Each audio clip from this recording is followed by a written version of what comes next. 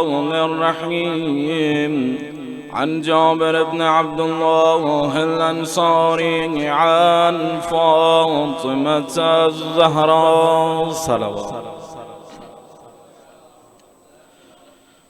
عليه السلام بنت رسول الله صلى الله عليه وآله قال سمعت فاطمة صلوات أنها قالت دخل علي أبي رسول الله في بعض الأيام فقال السلام عليك يا فاطمة صلوات فقلت عليك السلام قال إني أجد في بدني ضعفا فقلت له أعيذك بالله يا أبتاه من الضعف فقال يا فاطمة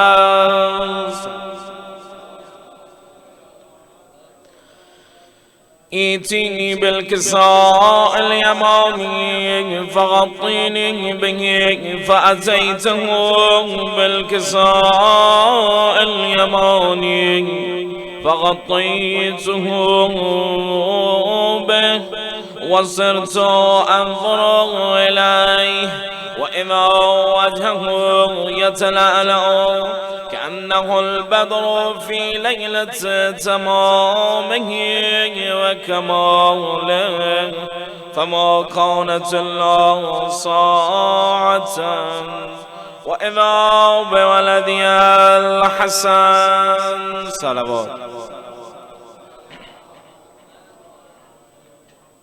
قد أقبل وقال السلام عليك يا أماه فقلت وعليك السلام يا غرة عيني والثمرة فؤادي فقال يا أماه إني أشم عندك رائحة طيبة كأنها رائحة جدي رسول الله صلى الله عليه وآله فقلت نعم إن جدك تحت الكساء فأقبل الحسن نحو الكساء وقال السلام عليك يا جدا يا رسول الله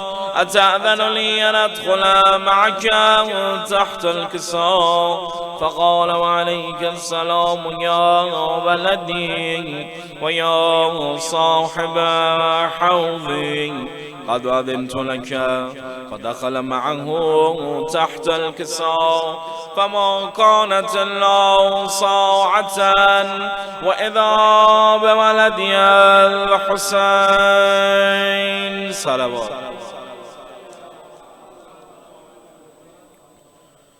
قد أقبل وقال السلام عليك يا أماه فقلت وعليك السلام يا ولدي ويا غرة عيني وثمرة فؤادي فقال لي يا أماه إني أشم عندك رائحة طيبة كأنها رائحة جدي رسول الله صلى الله عليه وآله فقلت نعم إن جدك وأخاك تحت الكساء فدنا الحسين نحو الكساء وقال السلام عليك يا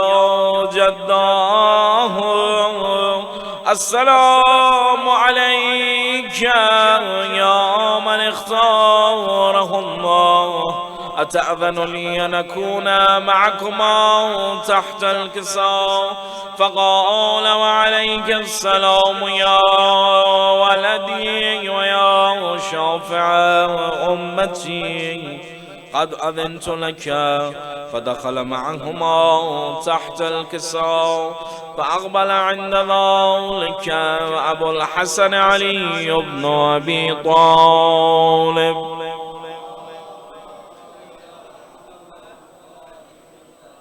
وقال السلام عليك يا بنت رسول الله. فقلت عليك السلام يا أبا الحسن ويا أمير المؤمنين. فقال يا فاطمة صلوات إني أشم عندك رائحة طيبة كأنها رائحة أخي وابن عمي رسول الله صلى الله عليه وآله. فقلت نعم، ها هو مع ولديك تحت الكساء. فأقبل علي نحو الكساء وقال السلام عليك يا رسول الله، أتأذن لي أن أكون معكم تحت الكساء؟ قال له عليك السلام يا أخي ويا وصي وخليفتي وصاحب لواي، قد أذنت لك. فدخل علي تحت الكساء ثم أتيت نحو الكساء وقلت السلام عليك يا أبتا يا رسول الله، أتأذن لي أن أكون معكم تحت الكساء؟ قال وعليك السلام يا بنتي ويا بضعتي، قد أذنت لك. فدخلت تحت الكساء فلما اكتملنا جميعا تحت الكساء أخذ بي رسول الله بطرفي الكساء وأومأ بيده اليمنى إلى السماء وقال اللهم إن هؤلاء أهل بيتي وخاصتي وحامتي، لحمهم لحمي ودمهم دمي، يؤلمني ما يؤلمهم ويحزنني ما يحزنهم. أنا حرب لمن حاربهم وسلم لمن سالمهم وعدو لمن عاداهم ومحب لمن أحبهم. إنهم مني وأنا منهم، فاجعل صلواتك وبركاتك ورحمتك وغفرانك ورضوانك علي وعليهم، واذهب عنهم الرجس وطهرهم تطهيرا.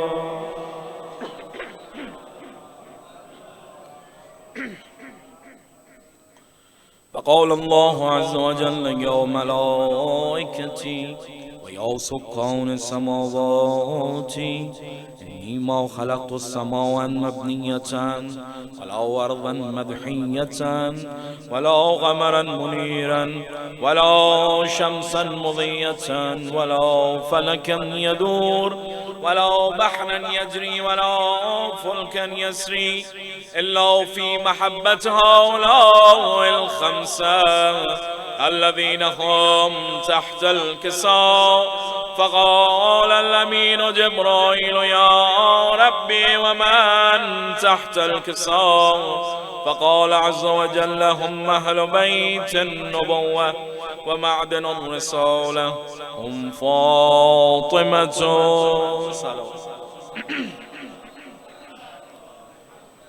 وأبوها وبعلها وبنوها. فقال جبرائيل يا ربي أتأذن لي أن أحبط إلى الأرض لأكون معهم سادسا؟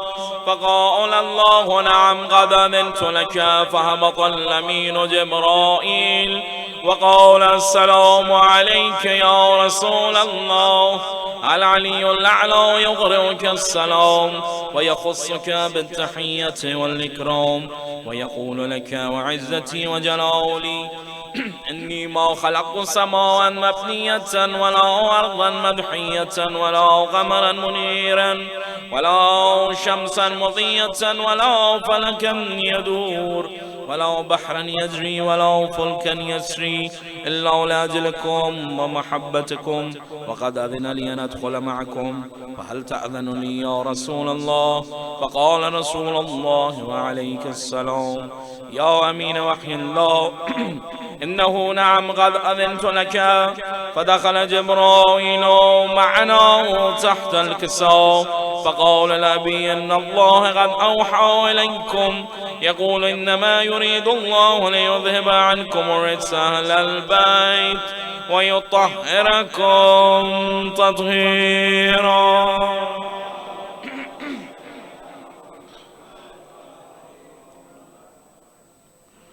فقال علي النبي يا رسول الله أخبرني ما لجلوسنا هذا تحت الكساء من الفضل عند الله.